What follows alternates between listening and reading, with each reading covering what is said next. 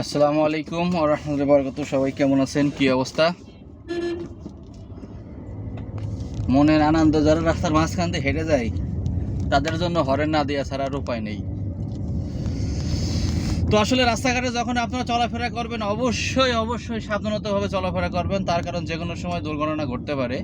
এখন বলবেন যে দুর্ঘটনা ঘটে যেতেই পারে, আপনার সতর্কতা থাকবেন, চেষ্টা করবেন। আমি গাড়ি চালাচ্ছি তার মানে এই নয় যে ক্যামেরা ফানে আমার চোখ হয়ে বসে আছে। ক্যামেরার মতো চলতেছে, ভিডিওর মতো চলতেছে। ভিডিও দ্বারা আমি হাতে ধরি করতেছি না, এক জায়গায় রাখা আছে, ভিডিও চলতেছে। তো এখন ভিডিওর মতো হবে। আপনি সোজা ভিডিও ক্যামেরা এখন থাকবেন যে কেমন ভিডিও হচ্ছে, কি অবস্থা, ঠিক আছে কি না। হ্যাঁ, ক্যামেরা একটু ডানে বামে হইতেই পারে, ঠিক আছে। তাই বলি তার আপনি নির্দিষ্টভাবে ক্যামেরা এখন তাকিয়ে থাকতে পারেন না। তো আপনার গতিতে আপনি চলেন, মোবাইলের ক্যামেরার গতিতে মোবাইল ক্যামেরা ভিডিও হবে। তো সবসময় আসলে বিশেষ করে প্রাইভেট গাড়িগুলোতে হার্ডলি ব্রেক করলে হবে, কিন্তু মোটরসাইকেল অটো গাড়িতে একটু দেখে ব্রেক করা উত্তম। তার কারণ আসলে এরা হার্ড ব্রেক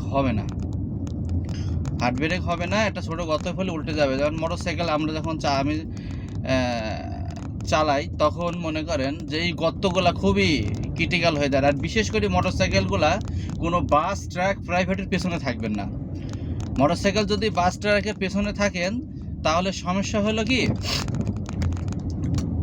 মোটরসাইকেল ঠিকই একটা গর্ত বেরিয়ে যেতে পারবে, কিন্তু একটা প্রাইভেট কিন্তু একটা গর্তে পড়ে বেরিয়ে যেতে পারবে, কিন্তু মোটরসাইকেল পারবে না। তার কারণ কেন মোটরসাইকেল পারবে না? মোটরসাইকেল ওই গর্ত থেকে বেরোতে যাই হয় অ্যাক্সিডেন্ট হতে পারে, আর কখন ভালো থাকলে আপনি বেরোতে যেতে পারবেন। তো সেই ক্ষেত্রে অবশ্যই সাবধানতাভাবে অবলম্বন করবেন। কারণ প্রাইভেট গাড়ির পেছনে ও চাবে ও বেরিয়ে যাইতে, কিন্তু পেছনে মাঝখানে যে গর্তটা আছে আপনি তো আর প্রাইভেট এলা দেখতে পাচ্ছেন না। এই জন্য সবসময় প্রাইভেট গাড়ির মিনিমাম 10-15 হাত দূরে থাকবেন হাই রোডে। আর চিপার ভিতরে হলে সেটা অন্য জিনিস, লোকাল রাস্তা হলে সেটা হলে অন্য জিনিস।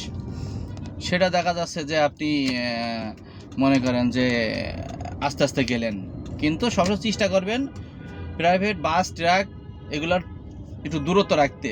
আর নাই চাকা বরাবর থাকবেন, চাকা বরাবর থাকলে সে বাঁচলে আপনিও চেষ্টা করবেন বাঁচার। আর মাঝ বরাবর থাকলে আমি নিজেই অনেকবার সম্মুখীন হয়েছি এই প্রাইভেটের, মানে মোটরসাইকেলে মনে করেন প্রাইভেটের মাঝখানে থাকলে এরা দেখা যাচ্ছে যে প্রবলেম হয়ে দাঁড়ায়, দেখা যাচ্ছে গর্তটা বোঝা যায় না। আমি সামনে একটা গর্ত দেখতেছি, আমি প্রাইভেটে গর্ত একটা দেখতেছি সামনে।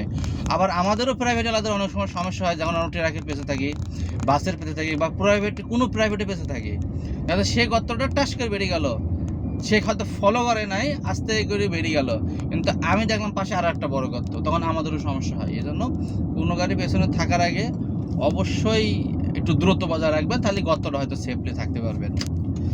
তো যাই হোক, সবাই ভালো থাকবেন, সবাই সবার জন্য দোয়া করবেন। এবং মানুষ মাত্রই তো ভুল আমারও হইতে পারে কথার ভিতরে, যদি কোনো ভুল হয়ে থাকে ক্ষমা দৃষ্টিতে দেখবেন অবশ্যই। আল্লাহ হাফেজ, ভালো থাকেন। আসসালামু আলাইকুম ওয়া রাহমাতুল্লাহি ওয়া বারাকাতুহু।